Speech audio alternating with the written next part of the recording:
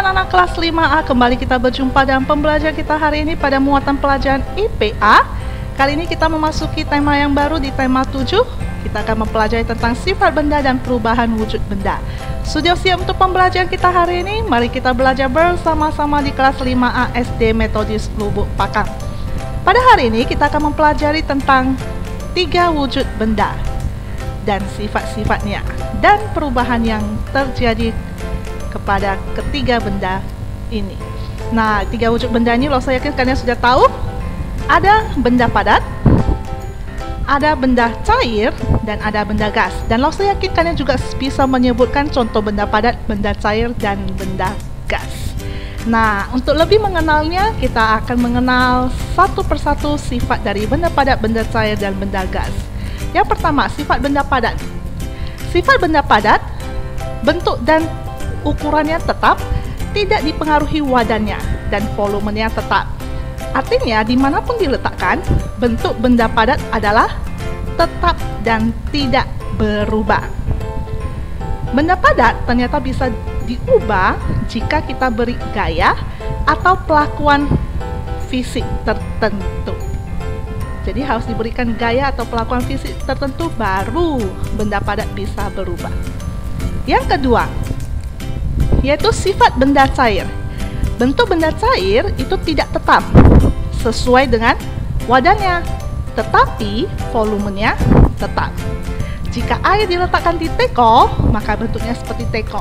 Jika diletakkan di panci, bentuknya menjadi panci. Jika diletakkan di botol, maka bentuknya seperti botol.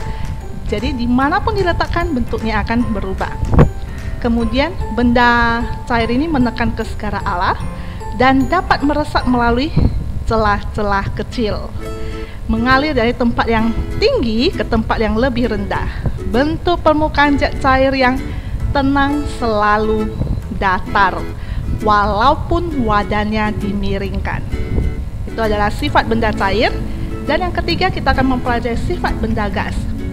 Bentuk dan volumenya berubah-ubah sesuai dengan wadahnya.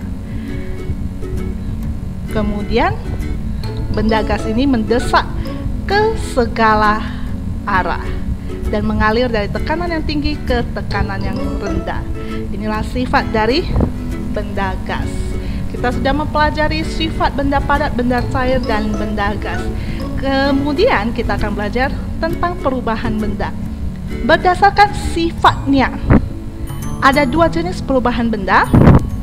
Yang pertama itu ada perubahan fisika atau disebut juga perubahan sementara. Itu merupakan perubahan yang bisa kembali ke wujud semula atau ke sifat semula. Nah, contohnya itu seperti lilin dipanaskan akan mencair.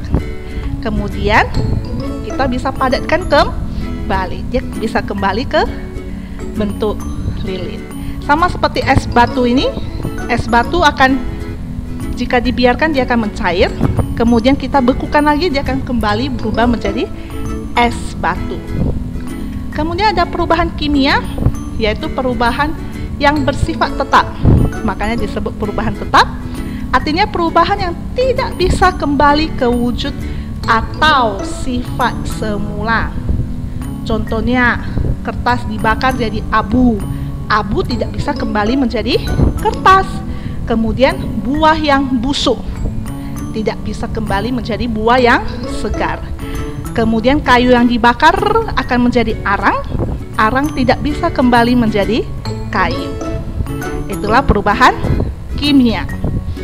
Nah, sekarang kita akan pelajari perubahan wujud benda berdasarkan bentuknya.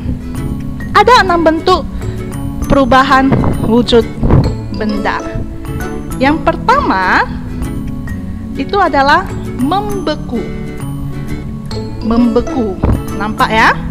Membeku itu adalah perubahan wujud benda cair menjadi benda padat. Contohnya itu adalah air menjadi es. Kemudian ada mencair. Nah, mencair itu adalah benda padat berubah menjadi benda cair. Contohnya adalah es mencair. Kemudian ada menguap, yaitu benda cair menjadi benda gas. Contohnya adalah air yang mendidih, yang kita didihkan.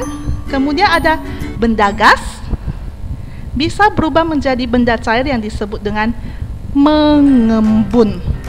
Perubahan wujud mengembun itu adalah perubahan wujud benda gas menjadi benda cair. Contohnya itu terbentuknya titik-titik air di luar gelas yang berisi air dingin. Nah, kemudian ada peristiwa perubahan benda padat menjadi benda gas yang disebut dengan menyublim.